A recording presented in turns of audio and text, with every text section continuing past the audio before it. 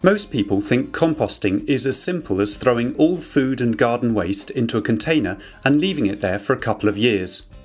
While you will get compost that way, you can produce much better compost and get it much more quickly if you follow these simple guidelines for the perfect recipe.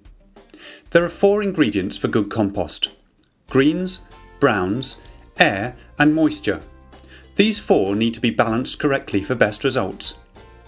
The ingredients you add to a compost heap contain carbon and nitrogen. The ratio of carbon to nitrogen determines whether we label it a green or a brown. Ingredients that have a relatively high nitrogen content and a carbon to nitrogen ratio below 30:1 are called greens. Ingredients with a lower nitrogen content, in other words a higher carbon to nitrogen ratio, are called browns. Colour isn't always a reliable indicator of what is a green or a brown material. For example, fresh grass clippings when spread out and left to dry are still considered a green ingredient even though they've turned a brownish colour because really all they've lost is water.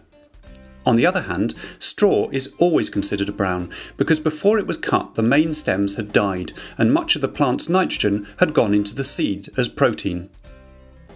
Good examples of greens to add to your compost pile are grass clippings which haven't been sprayed with weed killer, vegetable waste, fruit peel, annual weeds before they've developed seeds, and old bedding plants.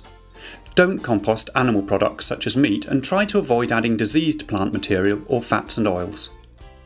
Good examples of browns include sawdust, straw, wood chippings, shredded brown cardboard and fallen leaves.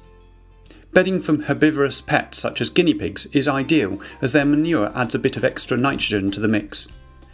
Compost decomposes much faster if you chop the ingredients up, so shredding woody materials and tearing up cardboard speeds up the process because there is then more surface area exposed to the microbes that decompose the compost. However, avoid shredded evergreen trees such as leylandi because they don't compost well and the pine resin can inhibit seed growth. When making compost, you want to aim for 2 to 3 times more brown materials than greens. At least initially, though some more greens can be added as the compost cooks. For most gardeners, the biggest challenge is therefore collecting enough brown materials and not just piling in loads of greens, which will result in a soggy, smelly mess. Never add lots of grass clippings in one go, as they will just form a slimy, matted layer. Air is vital to the composting process, so it's important to mix the ingredients in together and never squash them down. By turning or remixing the compost, more air is introduced, which speeds up decomposition. The 4th vital ingredient is water.